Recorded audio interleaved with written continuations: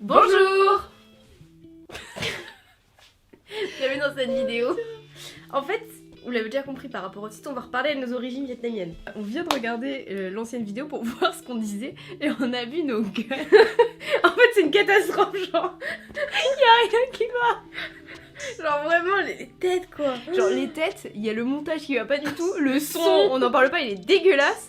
Oh là là. Mais le fond, il est quand même. N'oubliez pas de vous abonner à la chaîne, d'activer la cloche pour les notifications et de nous suivre sur les réseaux sociaux aussi, ça fait plaisir. Oui, parce que vous êtes trop à nous regarder, mais à pas être abonné chez nous. Ouais, grave. Ça se fait pas. Ça se fait trop pas. Donc on allait parler des origines vietnamiennes, on fait un tout petit récap pour ceux qui ont la flemme d'aller voir la première vidéo, ce que je peux comprendre. Allez pas la voir. Ouais, grave, non, vous conseillez pas trop. Notre père du coup est vietnamien, notre mère est française et notre père est né en France. Parce qu'il est arrivé un petit peu avant la guerre du Vietnam. Et du coup, vous avez parlé globalement des anecdotes qu'on avait vécues dans notre enfance. Par rapport à la double culture, double origine. Ouais, même si on se sent plus blanche au final que vietnamienne. Oui, clairement. Alors on a été élevés à la française. Mais par contre, on ne renie pas nos origines et on en est très très fiers, évidemment. Donc en parlant de ça avec nos parents, il y a très longtemps, on était à table et on discutait des origines de notre grand-père du coup. Bon, il est vietnamien, mais on avait appris au final qu'il était pas du tout né au Vietnam. Il était pas né au Vietnam, mais qu'il était né au Cambodge. Non, Ou non, aux Philippines. Ouais, aux Philippines. Aux C'est Philippines. mamie qui est née au Cambodge. Et que notre grand-mère vietnamienne était née au Cambodge. Et en Du fait, coup, nous on comprenait rien en fait. On pensait Ouais. que notre grand-père du coup était philippin. ouais, c'est ça. Philippanais. Philippinois. De Philippines. Il était de Philippines.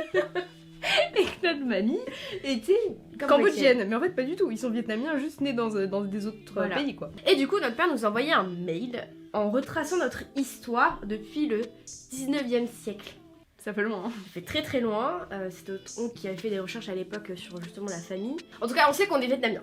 Par contre, quand on regarde notre arbre généalogique, généalogique, qui date de 1800 et quelques, on remarque qu'en fait on n'était pas vietnamienne de base, mais on était Espagnol. espagnol.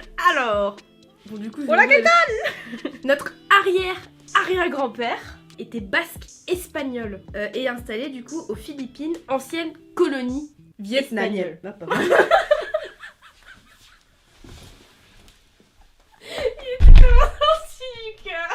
Ouais, on va regarder le PDF parce qu'on va pas s'en sortir. Donc, notre grand-père, qui s'appelle Louis, donc famille, mais je vais pas le dire.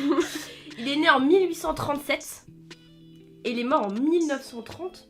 Mais il a grave vécu.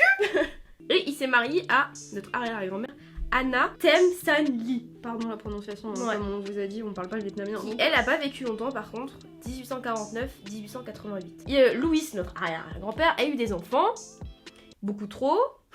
Feliciano, Carmen, Marcelin, ou Marcelino du coup, Vital, Boniface, Jacoba. En fait, ils ont eu des enfants qui ont des enfants, logiquement. Bah oui. Et dans ces enfants-là, il y a eu notre arrière-grand-père du coup, Émile.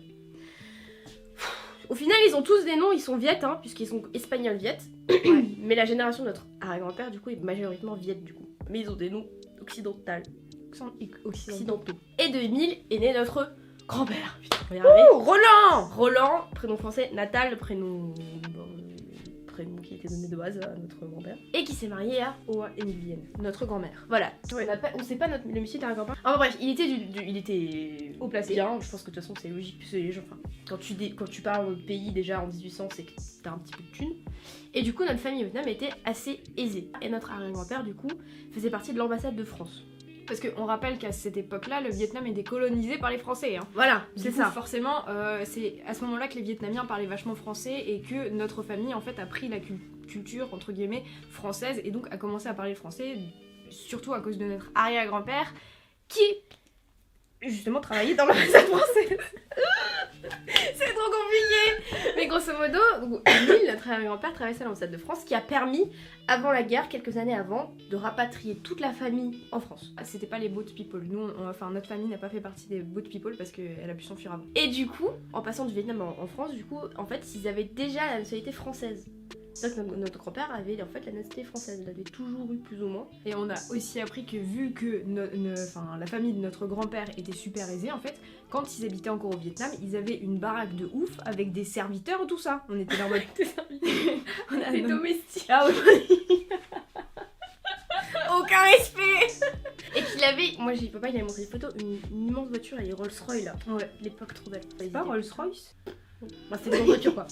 À l'époque c'était des grosses voitures. En fait on a tellement peu de connaissances sur la culture vietnamienne que du coup savoir que, enfin essayer d'un peu de gratter des informations par rapport à notre famille, par rapport à ce qu'ils ont vécu et tout, c'est super intéressant pour nous et je pense que ça allait pour beaucoup d'autres jeunes comme nous qui sont moite-moite du coup et qui n'ont pas accès à leur culture ou à leur histoire comme nous on peut l'avoir et encore on l'a pas beaucoup. Hein, Ouais franchement c'est compliqué hein. Ouais et surtout on se sent des fois moins légitime à dire qu'on est vietnamienne française parce qu'on parle pas la langue, parce qu'on en connaît très peu sur notre culture.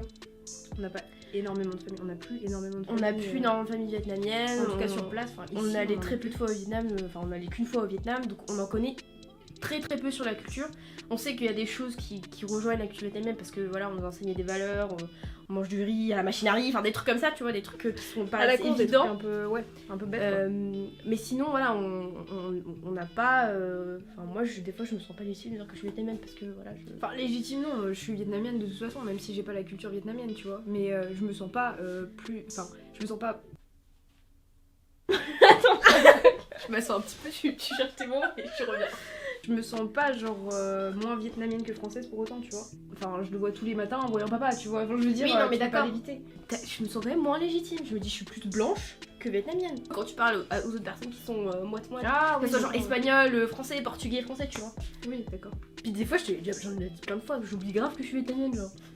Genre, ah ouais, c'est vrai, mon père il est français, genre, il vient, tu vois. Genre, la dernière fois, genre, Kyungkyu il me fait une remarque, genre, en mode, oui, tu sais, je trouve ça bizarre en fait, les blancs à partir de la trentaine, genre, après la trentaine, quarantaine, tu vois, ils grossissent tous. Je fais, ouais, bah mon père, non, ça va. Et après, je le regarde, je fais, ah ouais, mais mon père il est pas blanc. Je fais, oublie. Pourquoi tu dis trop, ton père il est pas blanc, en fait, il est coloré.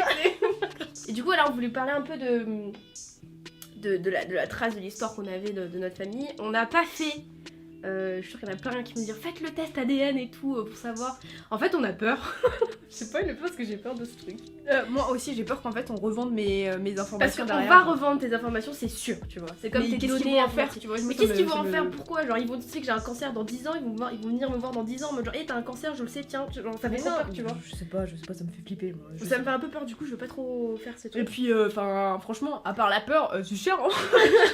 C'est 60 €, je crois. Puis de toute façon, en vrai, on saurait plus ou moins d'où on vient, du coup, Espagne, Cambodge, Philippines. France. Et puis il y a aussi nos grands-parents du côté de notre mère qui sont un peu d'un peu partout. Espagnol aussi. Espagnol, belge, allemand. Pas suisse. J'ai raconté de la merde. On n'est pas suisse du tout. Je sais pas, mais bon, un passage à un moment en Suisse, mais. Bref, on est un peu de partout quoi. Ouais, comme tout le monde au final. Bref, faut qu'on retourne au Vietnam, je pense. Je pense qu'il faut qu'on retourne au Vietnam. Ouais, déjà ça, faut vraiment qu'on y retourne. Ouais. Il faut qu'on fasse une vidéo avec Mathieu. Grave. Nous apprendre le viet. Grave. Parce que comme dit, on connaît très peu de mots. Et il faut qu'on recherche aussi des trucs de la culture vietnamienne qui sont importants pour notre savoir. Notre culture quoi. Notre culture. J'ai dit culture. Pour notre cultura.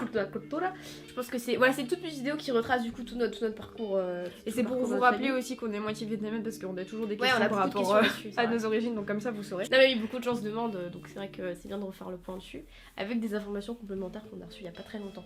Voilà, merci d'avoir regardé cette vidéo, on espère que ça vous a appris des choses sur nous, et peut-être qu'il vous aura donné envie de rechercher vos propres origines, à travers des bouquins ou internet, peut-être pas à travers le truc ADN du coup. Ouais, on est sûr qu'il y en a plein d'entre vous qui sont moite-moite aussi comme nous, et c'est super intéressant je trouve de savoir, genre, de connaître un peu d'où tu viens et tout, je trouve ça ultra cool.